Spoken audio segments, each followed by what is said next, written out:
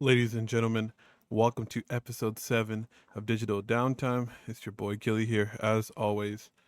A lot to talk about this week. Probably going to focus on early contenders for Game of the Year. And 2025 has been swinging out the gates, game after game after game. It's been kind of hard to keep up. But there's a few titles in particular I want to focus on. One is Split Fiction, which I played with my homie Ricky. Shout out to my boy Ricky. Phenomenal game. Two is Expedition 33, which has just been doing great commercially. A team of 30 people, critically really well received. I think it's the highest rated user Metacritic game of all time, which speaks volumes. Also, be discussing Blueprints, which is a roguelike puzzle game, which I haven't got my hands on yet, but I've been hearing crazy things. So we're going to discuss these three games in particular, see how they stand in the overall end of year game of the year rankings. Furthermore, we'll also be discussing the Switch 2. I know my last episode was highly dedicated to it, and I was proven wrong because pre-orders have been going crazy. So we'll talk a little bit more about the demand and hype for the Nintendo Switch 2. Followed all by that, of course, there's going to be our Have You Played This segment. And this week's segment, we'll be looking at a game which recently got remastered and shadow dropped. So if you have been living under a rock, Oblivion got remastered. So that's the game we'll be talking about on this week's Have You Played This? Stay tuned.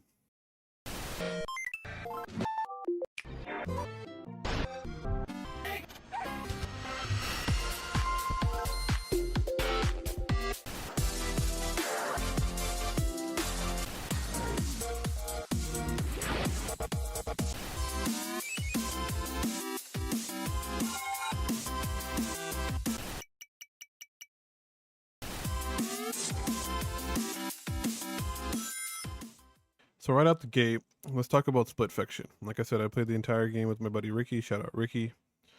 We started the game about on a Monday, and then we ended up finishing it by Sunday. Granted, we both work full-time jobs, live in different time zones, etc. The point I'm trying to make is the game was just that fucking good. I'm always amazed by Hazelight because I always wonder, okay, how is Joseph Fares going to top himself from last time, right? And to be fair, I've played every Joseph Fares game in history. So before even Hazelight was established as a studio, Joseph Fares worked on what's the game called? I don't want to butcher it. Brother of Two Tales, Brothers: A Tale of Two Sons. Sorry, which was released by Starbreeze Studios back in 2013. So I even played that game, and I thought it was pretty good. Um, it's like video game and art form to the highest degree. Heavy narrative, short game. Gameplay wasn't fully fine tuned, but still a great experience. That could be played solo. You didn't need like it was a co-op game, but it was played solo if that makes sense. And then you get to Hazelight Studios, and I don't know what else has to be said about Hazelight. 2018, A Way Out. I played with my buddy Damien. Shout out Damien. 2021, It Takes Two. Also played with Damien, and then now in 2025, Split Fiction. Played with Ricky. A Way Out was phenomenal. Um, two dudes trying to get out of jail. 3 years later, It Takes Two comes out. Focus on a married couple with troubles.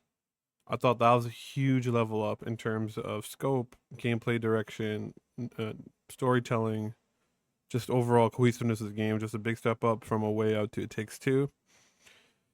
Now you bring us to modern day Split Fiction 2025.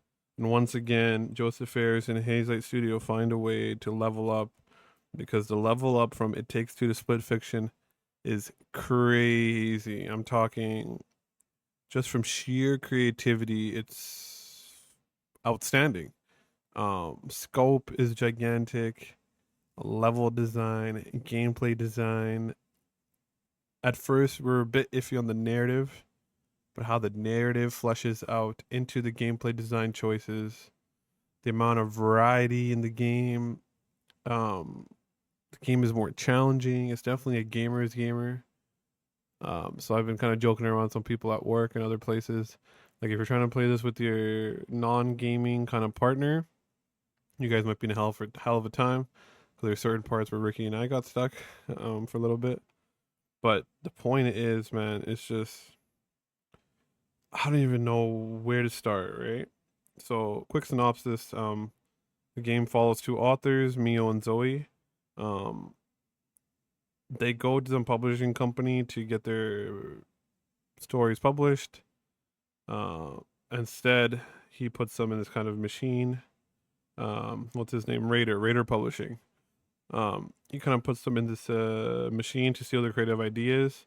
However, they end up imprisoned in the same bubble. So then their work of arts, their minds, their creativity kind of overlap. And that's what you see throughout the game. So Mio is more sci-fi stories, Zoe is more fantasy stories. And the way they interlock, they kind of interchange with each other. So let's say if you're on a sci-fi level, um, then there's a wide array of these side stories that pop up. And I would like to say, please, please, please do all the side stories. I think there's 12 or 13. The side stories in this game are fucking phenomenal, man. You're talking about sheer creativity. Um, like the side stories alone is something I would just replay. I think because there's side stories of like there's like an XSX, snowboarding inspired level. There's one, where you have this bomb that you're trying to get rid of in this game show. There's one where you're just pigs. Like it's just the side stories is so crazy. But back to my original point, let's say if you're in Mio sci-fi world and the side stories would be fantasy. And then if you're in Zoe's fantasy world and the side stories would be sci-fi. So there's always constant rotation. And then neither sci-fi or fantasy setting ever really kind of feels still because you're going in between them so much. And they do a really good job of it. Um, but yeah, um, this game is specifically meant for just multiplayer. So whether you do that split screen, I'm sure in person, like a split screen would be kind of funny. But yeah, split screen or online. Um, they become trapped in their own stories. Um, there's just so much, man. There's just so much going on here. Um, Heavy on the platforming, 3D and 2D. So be prepared for that. And then each stage is kind of they introduce different unique gameplay mechanics. Um, so like you might have dragons in one, and another, one might be a machine, and the other person kind of has like a gravitational pull. Like there's some sort of unique gameplay mechanic, right? So more particularly the dragon stage, yeah, like you can be commanding dragons, and other one they're you're wielding laser swords. And then the abilities differ for each character, so then it forces collaboration and utilizing each other's respective abilities to progress. So which is great. And then like as I mentioned, the side stories are awesome. There's about one or two that are kind of missable. We missed one, not to go back to do it. So, but besides that, for the most part, they're pretty much in your face. The side stories are kind of unfinished ideas, and mostly written by Zoe and Mio when they're younger. And then, like the main story, they're also accompanied with some sort of gameplay mechanic. But man, uh, the game is awesome. I don't know what else to say about it. If you like video games, period. If you like platforming, if you like co-op, if you like, you just gotta play it. And I think all the success for the team is great. I think it's sitting at what, like a 90 plus on Metacritic. Sold 2 million units in the first week. Um, just praises all around. There's not many games. So objectively speaking, there's no real 10 out of 10 in the world, right? But there are personal 10 out of 10s because you think the game is so great. Now, is there still flaws in this game? Of course. Like there's objectively again, there's nothing that's perfect. But I don't remember the last time I personally gave a game a 10 out of 10. It's been a long time. In recent times, Balatro is up there. Elden Ring is up there. I did like Phantom Liberty, like the DLC for Cyberpunk. But I don't think like they're all like in the 9+ area, right? But Split Fiction gets a 10 from me. And Ricky agreed. So it gets a 10 from the both of us. So find someone to play with. You might need an actual gaming buddy for this one. Please play it. Like I said, the narrative takes a bit to kind of get going. But what's so cool about it is because it's like each other's subconscious and their ideas, their Zoe and Mio's like their real life struggles as individuals, like outside of just like outside of their ideas as authors, come so to life in these worlds. And you know what they say about art is like you always put a part of yourself in the art, right? Whether that's developers putting into video games or musicians putting in their art, authors in their books, right? Directors in their movies, et cetera, et cetera. There's a little bit of you that gets put into your work.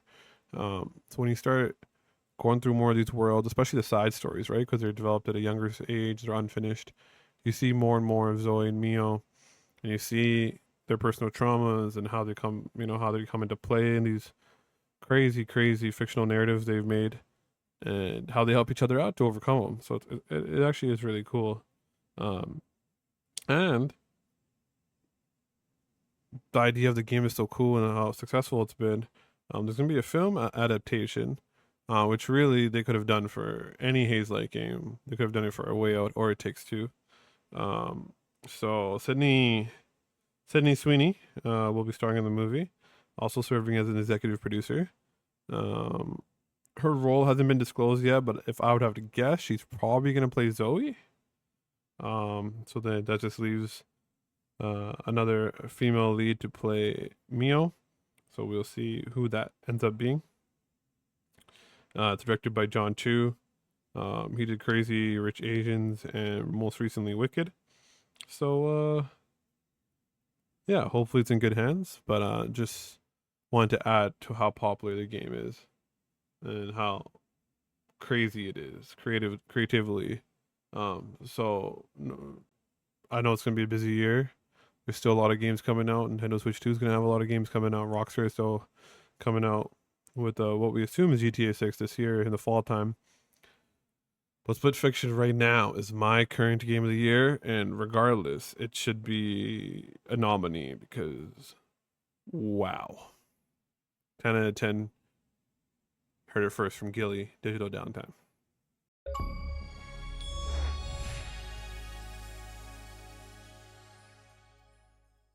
So now switching focus to another game that just recently came out on April 24th. Clair Obscure Expedition 33. I'll probably just be referring to the game as Expedition 33 because it's easier than Clair Obscure Expedition 33. They showed this game last year, and you can correct me if I'm wrong. I do recall seeing this game last year at the Xbox Showcase last summer in 2024. I thought to myself, okay, there might be something here, right? It's a French studio, but takes a lot of influence from JRPGs. Like at first look, people labeled it as a French Persona, which is by not any means bad criticism or bad comparison. If anything, it got a lot of people in the RPG world really excited. I even saw some memes. Some people refer to the J RPG. Like instead of JRPG, J, like like the French.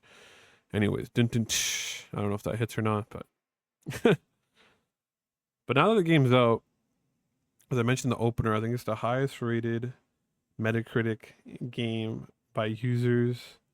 It's the highest rated game of the year so far, even critically, surpassing Split Fiction, which is kind of OD. And then also, I'm really proud to announce that the studio has sold 1 million units within 3 days of release. So I have not yet to play it. The reason being is because Oblivion Remastered Shadow dropped 3 days prior to this game's release, which we'll talk about a bit more later. But Oblivion's probably going to take up a huge chunk of my time. But whenever I feel bored, which is, who knows, probably never. But whenever I get through a lot of it, because I was looking at the achievements for Oblivion, it's really just doing the main story, all the guilds, Shivering Isles. Should never played originally, but again, we'll talk about that later. Expedition 33 is definitely next on the list. Again, my buddy Ricky, who I played Split Fiction with, was mentioning so far that the game's phenomenal. Like I said, the ratings and the reviews, both from critics and gamers, both speak volumes, and they sold 1 million units which in the first 3 days of release, which is awesome, awesome news. Um, and what makes me excited about this title and also being a potential game of the year is that a lot of people turn down turn-based RPGs. You just have to do it right.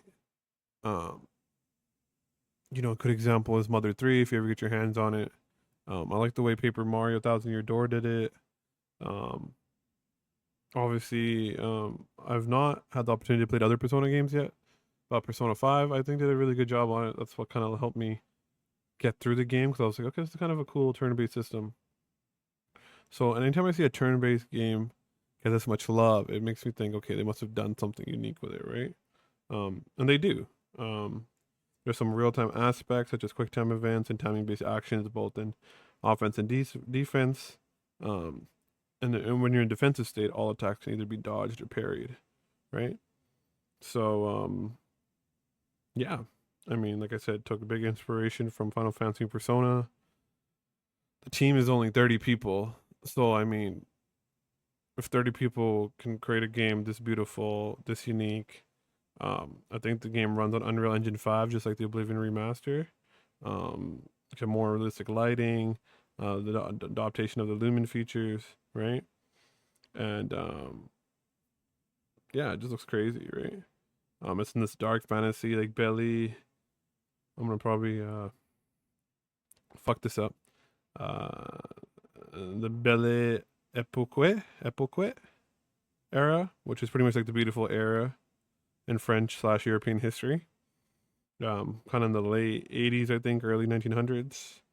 Um, this era is kind of symbolized by optimism, enlightenment, nationalism, peace, huge technological, scientific, cultural innovations. So I'm kind of excited to see all that pan out in this game. But yes, Expedition 33, I think, is going to be another strong contender for Game of the Year, potentially Game of the Year. I mean, you guys will hear it when I play and get through it. So I'm very, very excited for that.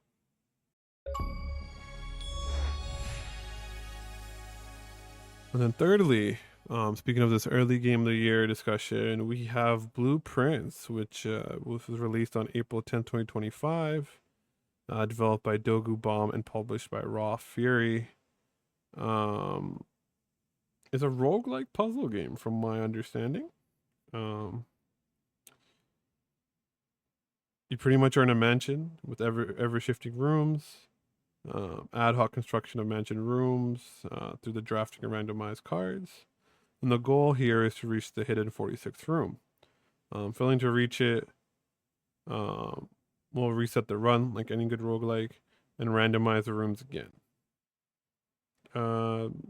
According to the developers, they were influenced by Maze, Solve the World's Most Challenging Puzzle, the book, and other puzzle books along with tabletop games that featured drafting. So to all my engineer techs out there. Again, the game received a high praise, critical acclaim all around. At the time it was released, it was the highest rated game for 2025 based on Metacritic averages, which got surpassed by Expedition 33. But now we're talking about 3 games in a row here: Split Fiction, Blueprints, Expedition 33, just crazy loved. I'm looking at Eurogamer's 5-star review, and the reviewer Christian Donlan mentions out that the game keeping a secret hidden, releasing them slowly, is the most impressive aspect. It's the pleasure of finding hidden aspects of things you thought you understood in full, the pleasure of coming back to something you thought was simple and finding that it's not simple at all. To me, what that kind of translates to is there's something there that keeps drawing you back in. And like any fantastic roguelike, that's what you really need. Like I said recently, from my cousin gifted me Balatro Christmas, so from Christmas to what is it now? I'd say probably February, March. I was just hooked on Balatro, man. Most of my time I was just playing Balatro or Marvel Rivals, right? I love Balatro because it just gets you so hooked. Same thing with other Hades was similar, the same way for me. The narrative piece kept me so hooked in the gameplay loop. Um, like I said, really good roguelikes just have a way of doing something. Blotro wasn't the story, but it was just a gameplay loop, which in Hades is both. And then so here it's just because it's just so unique, right? Like a puzzle roguelike, the unsolving mysteries and having your having your brain piece together everything, kind of have some familiarity with the more runs you do. Kind of seems like the sweet spot for this game. Um, a lot of people saying it's the best puzzle game since Portal. Um, you know, 40 plus craftable floor plans. Um, again, a really good roguelike just needs an addicting gameplay loop. And I think that's what they did here. Again, I haven't had my time to play it yet, but I will. But I did, just as you know, just to have shine some light. I did want to mention all three of these games because I do think all three of them will be huge contenders for Game of the Year. So again, Split Fiction completely ran through. Go play it now, 10 out of 10. And I can safely say, just based on what I've seen in the gaming community and my other colleagues and peers, not just critics reviews because you never know, but based on personal colleague peer reviews and Steam and everything else, Expedition 33 and Blueprints also both are worth it. I also wanted to mention, for my homies gaming on a budget or just looking to not spend, Expedition 33 and Blueprints are also both available on Game Pass. So just FYI, which is great if that's what you want to do. But yeah, man. There's just so many games. Maybe once I stop being addicted to Oblivion, maybe Blueprints is next. But I think it will be Expedition 33 and then Blueprints. So rest assured, before the year is over, I promise I will get through these two games. I already got through Split Fiction, but I will get through Expedition 33 and Blueprints as well, and can form more of an opinion. But as of now, I'm safe to say that these three can definitely be Game of the Year contenders for sure. And that just speaks to the volume of gaming. We're only in April, so yeah, yeah.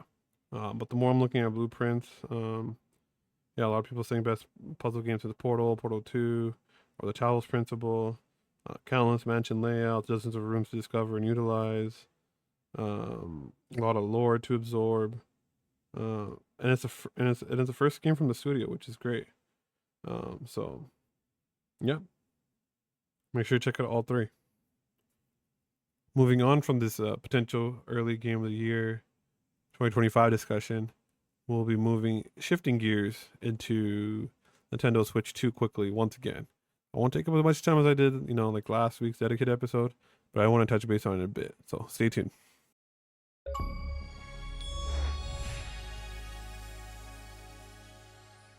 So last week's episode, I talked about the Switch 2 and its pricing and how you guys felt about it.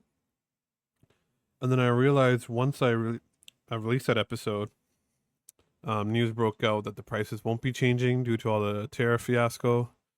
So the prices for the consoles remain locked in, but the prices for accessories shot up. So that's kind of how Nintendo combated that. So I did want to make point of that in case someone was like, "Hey, man, like you didn't mention it last time." Yes, last time.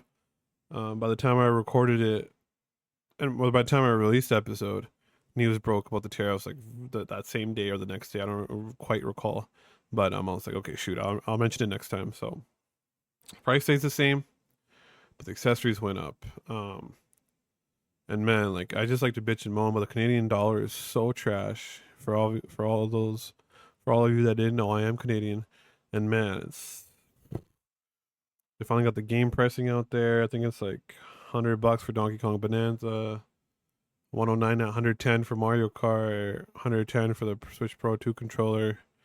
I mean, if you convert it from the USD pricing, it adds up, but just absolutely crazy.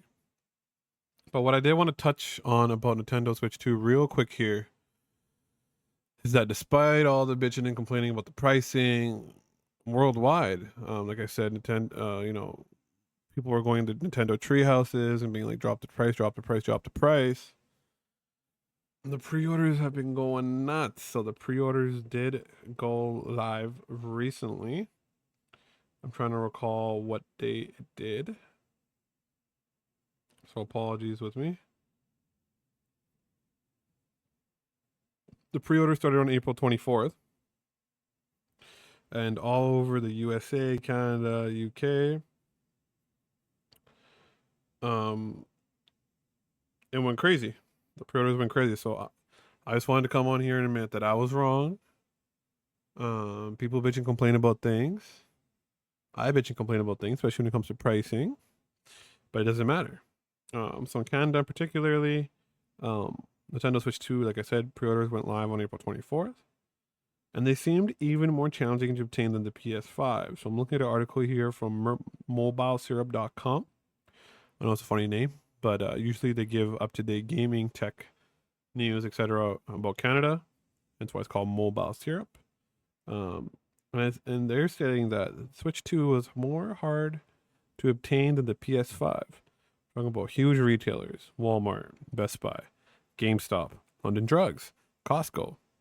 Pretty much everywhere sold out of Nintendo's console within minutes. Article mentions while multiple Mobile Syrup staffers could pre-order it, this particular writer failed at every turn. I couldn't manage to get to the console from midnight to catch pre-orders at Walmart to waking up at 9 a.m. to make sure I was ready for the Best Buy launch. Still might have a chance with Amazon as the e-commerce company sends out invites to those who sign up. There will be multiple pre-order rounds, but I failed on the first attempt. And then asking the question, were you more successful? So, long story short, I was proven wrong. People don't care. In Canada, particularly, the Switch 2 launches on June 5th. The price point of $629.99, so $630. And a bundle that includes a digital copy of Mario Kart World is $699.99, $700. So you'd obviously want to opt for the bundle since you're getting the game for $70 instead of the ridiculous $110 I mentioned earlier. But again, it's ridiculous just because it's just our dollar sucks. Brings me to another question regarding Nintendo Switch 2 pre-order fiasco and just the hype in general. It's okay if you didn't pre-order a Switch 2. I think is my opinion on it. I dug up a CNET article I kind of wanted to reference here. FOMO. If you guys don't know what FOMO is, stands for fear of missing out. FOMO for gaming, any new tech, all that stuff is hard. Anytime a new console drops, exciting. Trust me, I know. It's sold out for now. It is what it is. Pre-orders went out in minutes.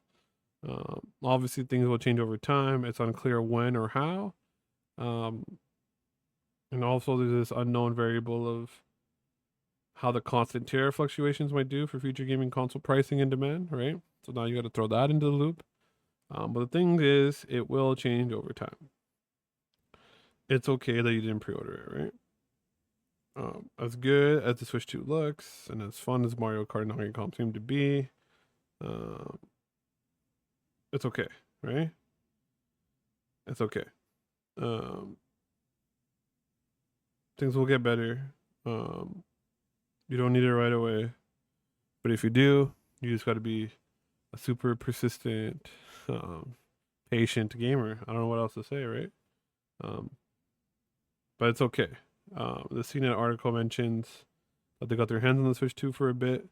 And I quote, after playing several of the Switch 2 editions, Switch games for a bit, I noticed better frames and graphics resolution, but nothing groundbreaking, right? Obviously, you'd prefer to play the Switch 2 editions, but the experience they mentioned reminded them a bit of the PS5 Pro versus the PS5 versions of the game. So take that how you will. If you have a larger TV or something, you'll likely appreciate the difference a bit more. The bigger Switch 2 screen shows off games in higher res 1080p with HDR, but you could play on the older Switch and be fine. Switch 2 obviously has a NVIDIA powered GPU. And the thing is, even if you miss out, there's still some games coming on the Switch, right? Mario Kart World and Donkey Kong Bonanza are Switch 2 exclusives. However, Metroid Prime 4 And Pokemon Legends ZA will also be playable on the Switch. Obviously, they're not going to run as good, but just to give you guys some hope, right? Um, if you look at Nintendo's previous game history, the company often supported previous consoles for a good couple years after the release, anyways. Um, so I kind of predict maybe 2026 or something along those lines, where Switch 2 will start becoming the go-to for most big games, or maybe even into early 2027, right? Um, and if you looked at when the Switch dropped, Breath of the Wild was still released on Wii U, etc., like that. So there's a good history of supporting the OG console. So I get it. First of all, I want to say I was wrong. The pricing did not change pre-orders or hype. Two, it's okay that you didn't get it. Battle the FOMO, okay? I know it's hard, but yeah. Uh, and also realize that the Switch was a completely brand new experience, right? It was portable, dock on your TV, it had all this new switches, all this stuff before. Switch 2 is mostly the same proposition value, just a little bit nicer, right? There's some new features like the game chat, new Joy Cons, the mouse functionality, but there isn't like Nintendo always pulls out this crazy ass like revolutionary gimmick, like GameCube to the Wii, motion controls, Wii to the Wii U, screen in the gamepad, Wii U to Nintendo, Switch, it's a hybrid console. But there's no game breaking. Like I said, there's some new things, game chat, controllers as a mouse, new Joy Cons, but the camera, yada yada yada. But they're not missing on something like completely brand new, which is okay. And then, like I said, it's fine to wait. But now the biggest question mark will be the tariffs, right? Best Nintendo console in a long while and worth upgrading to, it seems like, and that's what the unanimous opinion is across the board. However, the wild card remains a question of effect tariffs will have on future console pricing, right? Will it fluctuate? Obviously, as gamers, we do not hope. But even though Nintendo locked in the console prices, the price of Nintendo Switch 2 accessories has already gone up due to all the chaos and the tariff policies. And will they jump up again? Who knows? In general, the state of pricing in consumer electronics is still an unknown zone. But in the meantime, like I said, you can still have a lot of fun on your current Switch, and even more in the new future with Metroid Prime 4 and the new Pokemon. Like I said, obviously not going to perform as well as the Switch 2, but there's still some things to look forward to. I know personally, I still have a lot of games I need to play. I played a lot of the Zeldas, and I love Splatoon and Mario Kart, Mario RPG remake, a few other games, but I still have to work through Mario Wonder. I did start it, so still got to do that. Still got to play some Xenoblade games, which big time consumer as well. The point is, if you're really excited for the Switch 2, look back at the Switch's library, see what you missed out on. Cause trust me, there is a lot there.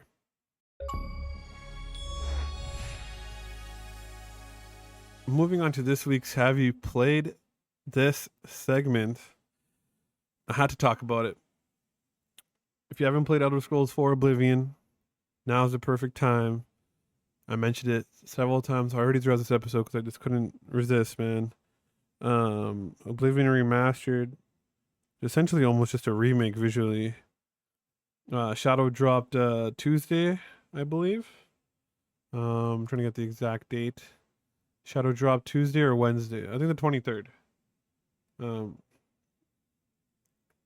Bethesda did it. Listen, man, I have a lot of bias when it comes to Oblivion, so maybe I'm not the right person to be talking about this. But if you haven't played Elder Scrolls 4 Oblivion, go play it right now. Like I mentioned last week, Far Cry 3 holds a special place in my heart in terms of what it did for open worlds. Oblivion's just a no-brainer, man. What it did for just Western RPGs in general and just the RPG genre as a whole. Quick story. Back when I got my Xbox 360 in 2006, we also moved to an acreage at that time. An acreage is like, a farm, essentially, more or less. So buttfuck nowhere. So when my uncle got me the 360, my best friend at that time gifted me the collector's edition of Oblivion. Came like in that little book. A, sick, right? Two, or B, because I didn't have high speed internet, Oblivion was a perfect game to gift me because I didn't realize it'd be like the only game I'd be playing for a year. That's how good Oblivion is. Um, I still had my PS2 at the time, so obviously the PS2 was still getting supported heavily into '06, even '07. A lot of games to play there as well.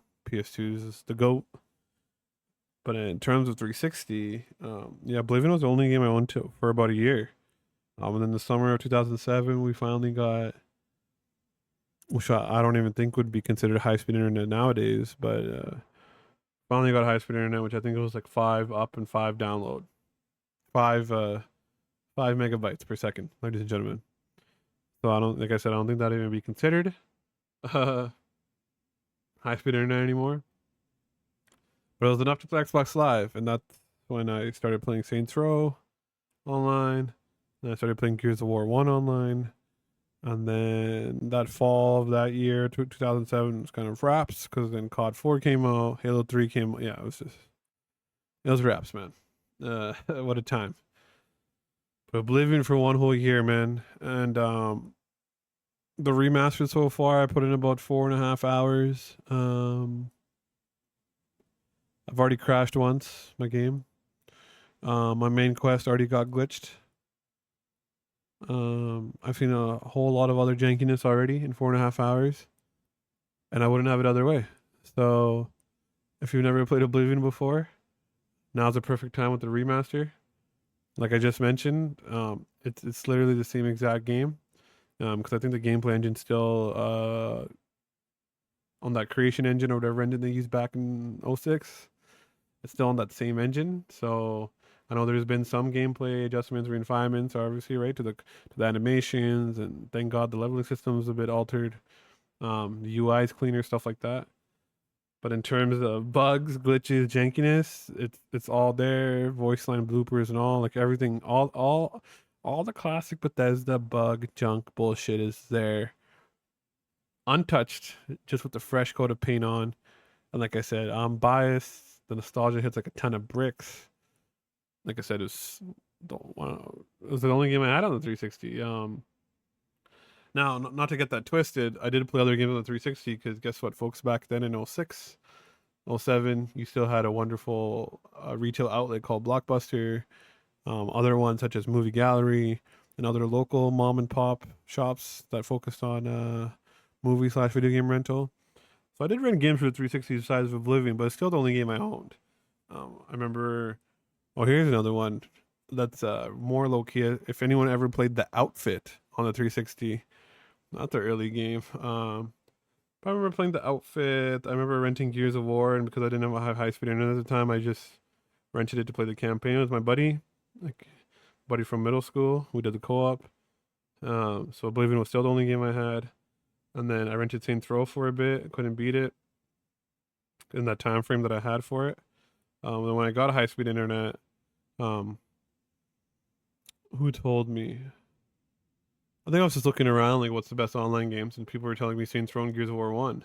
And I was like, oh, I did play those, and then, so I got them. Gears of War was a little cheaper because I think that release, winter 2006. Long story short, anyways, I did play other games, but Oblivion was, in fact, the only game I owned for a year, 100% on the 360. So that kind of just tells you the sheer amount of content in the game. So, if you're kind of hesitant at Bethesda with all the bugs and jankiness, still there. So sad, so bad. But with the fresh coat of paint on, like man, some of the like the Khajiits look so different now, man. You know, it's the best time to play it. And like Blueprints and Expedition 33, of course, Microsoft owns Bethesda, so it's also available on the Game Pass if you're looking to shave some bucks. But I think it's $50 USD on the regular Xbox Store, Steam, PlayStation, wherever you find games. 66, I think, in Canada. But I bought my copy off Fanatical, so huge shout out to fanatical.com. I was able to sign the game for 55 Canadian, which is pretty good. Save like $12. So I think the deal's still going on. So if you're looking to buy a little bit cheaper, you can go there. I think they also have deals on Expedition 33 and Blueprints as well. And unlike other, like I use CD keys and stuff in the past before, but unlike CD keys, I think Fanatical's like more of like a humble bundle kind of deal where like they're legit third party. They actually work with publisher devs, so don't feel bad for buying it off there if it's not just you a better deal. But yeah, on this week's Have You Played This? If you haven't played Oblivion, you just got to do it, man. It was just one of those games that's so immersive, had so much charm, that it'll rope you in right away. Trust me, like the world is just so immersive. Like there's no other way to put it. The world is just so detailed. There's so much charm to the characters. The quest design is unreal. Um, and I often told people, man, like when I saw how big Skyrim got and how big it continued to get over the years, like obviously I played the shit out of Skyrim when it first released on the 360. But see it re-released so many times, see how many copies it sold, see how much of a meme it became, like how it crossed over into mainstream media, pop culture. I was like, man, this is the type of recognition Oblivion should have got, because Oblivion, to me, obviously, how should I put this? If there's big Morrowind fans, I apologize because it's not a game I've played, and again, it's just too outdated now. If they ever remastered, quote unquote, Morrowind the same way they did Oblivion, I would definitely check it out because people always tell me Morrowind's their favorite Elder Scrolls slash Bethesda developed game. But for me, it's Oblivion. And I'll still stand on that rock. I'll take Oblivion over Skyrim any day. Both phenomenal, but like I said, Oblivion's just there's the charm to the characters. Like I said, the quest design, the main story is more intriguing. The side stories and the side quest in Oblivion are just wild. Um, the Dark Brotherhood is probably the best version of Dark Brotherhood in Elder Scrolls history, in comparison to Skyrim. And then on top of the Fighters Guild, Mages Guild, Thieves Guild, and Dark Brotherhood that you would find in Skyrim as well, it's also the arena in Oblivion, which is what I'm kind of focusing on at the moment. Because I picked a warrior class, so if you picked like a big melee kind of class, I would suggest maybe doing the arena first in Imperial City. Because like it'll help get your blade slash blunt up, your heavy armor, light armor, whatever the case might be. And plus, this is sick, man. I love Gladiator. Um, I love that whole Colosseum Rome vibe. Just the concept of it, just like rising from just like rags to riches. Um, essentially, like back in the day. So it's just sick that you can just be like this peasant little fighter and work your way up in the ranks. Super cool, man. I always love the Arena Oblivion, to be able to do it again with a fresh coat of paint. Um, so I'm just recognizing the arena more because that wasn't prevalent in Skyrim. I also like the lock picking system better in Oblivion, which might kind of be a hot take, but the thing is, if you're itching, I know everyone's still waiting for Elder Scrolls 6. And if you just played Oblivion, if you played Skyrim too many times, right now is the time to play Oblivion. Like I said, 50 USD or Game Pass, fresh coat of paint. Um, and a lot of the younger generation, like when I played Oblivion, I myself was only like 12, 13. So if you're even younger, and only really know Skyrim, essentially you're just getting an Elder Scrolls game, which looks better than Skyrim because of the fresh coat of paint. Unreal Engine 5. My only critiques is that Unreal Engine 5 is kind of shoddy. Obviously, the mix of games look beautiful, but performance-wise, it's still, obviously the engine still needs to be ironed out. Um, but yeah, it wouldn't be a Bethesda game without bugs, glitches, jankiness, crashes, stutters, blah blah blah. But with a fresh coat of paint, man, it's just so worth it, man. I'm telling you, like, yeah, there's just so much content in the game. It's just something else. It's beautiful. It's beautiful. So that's my little. Have you played this for this week's episode? Clearly, you can tell I love Oblivion. It's honestly one of my favorite games of all time. I know last week when I mentioned Far Cry 3, being kind of that premier Ubisoft game, like Oblivion's just that premier game in general. Like it's easily my favorite, but that's a developed game. I think my favorite game from this whole, it was developed by Obsidian actually was Fallout New Vegas. Fallout New Vegas is crazy. That's another game. Nothing but high praise for. But that was developed by Obsidian, published by Bethesda. But if you're looking at the best Bethesda developed game, Oblivion. I think it's better than Skyrim. I think it's better than Fallout 3, Fallout 1, 2. I do. It's my favorite. It's my favorite Bethesda developed game. Okay, so yeah, that's this week's. Have you played this? If you haven't played Oblivion, go play it now. Best time. Best time.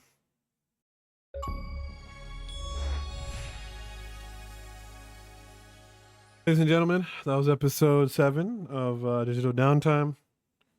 We talked about potential Game of the Year nominees, Split Fiction, Expedition 33, Blueprints.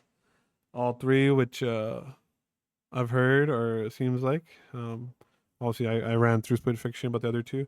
All three are worthy of your time. So go play all three. Whichever one you want to play first, go for it. But in addition to those three, Oblivion Remastered is also well, which you can clearly tell my bias for. So that brings that to 4 games. Go play all 4, man. What a time to be alive as a gaming fan. We discussed the Nintendo Switch 2. Pre-orders went crazy, regardless of pricing, so I was indeed wrong. However, if you don't quite snatch it yet, it's okay. Don't let the FOMO consume you. Don't let the FOMO haunt you. There's still some great stuff coming out of the Switch, like the new Pokemon and Metroid Prime 4. And like I said, Nintendo usually supports their consoles well, so I'm sure the original Switch will still be getting supported well way into 2026. As always, if you enjoy the podcast, please recommend it to your friends. Word of mouth is kind of usually huge for these kind of things. Please leave a review on whatever platform you're listening to. So whether that's Spotify, Apple, YouTube, thumbs up, Amazon, whatever it might be. Reviews help out a ton with visibility. So please leave a review. What are your thoughts? Have you played all the games I've mentioned? Are you planning to play them? Is there something we're missing out from potential Game of the Year discussion? Please let me know. And then until next week, sayonara.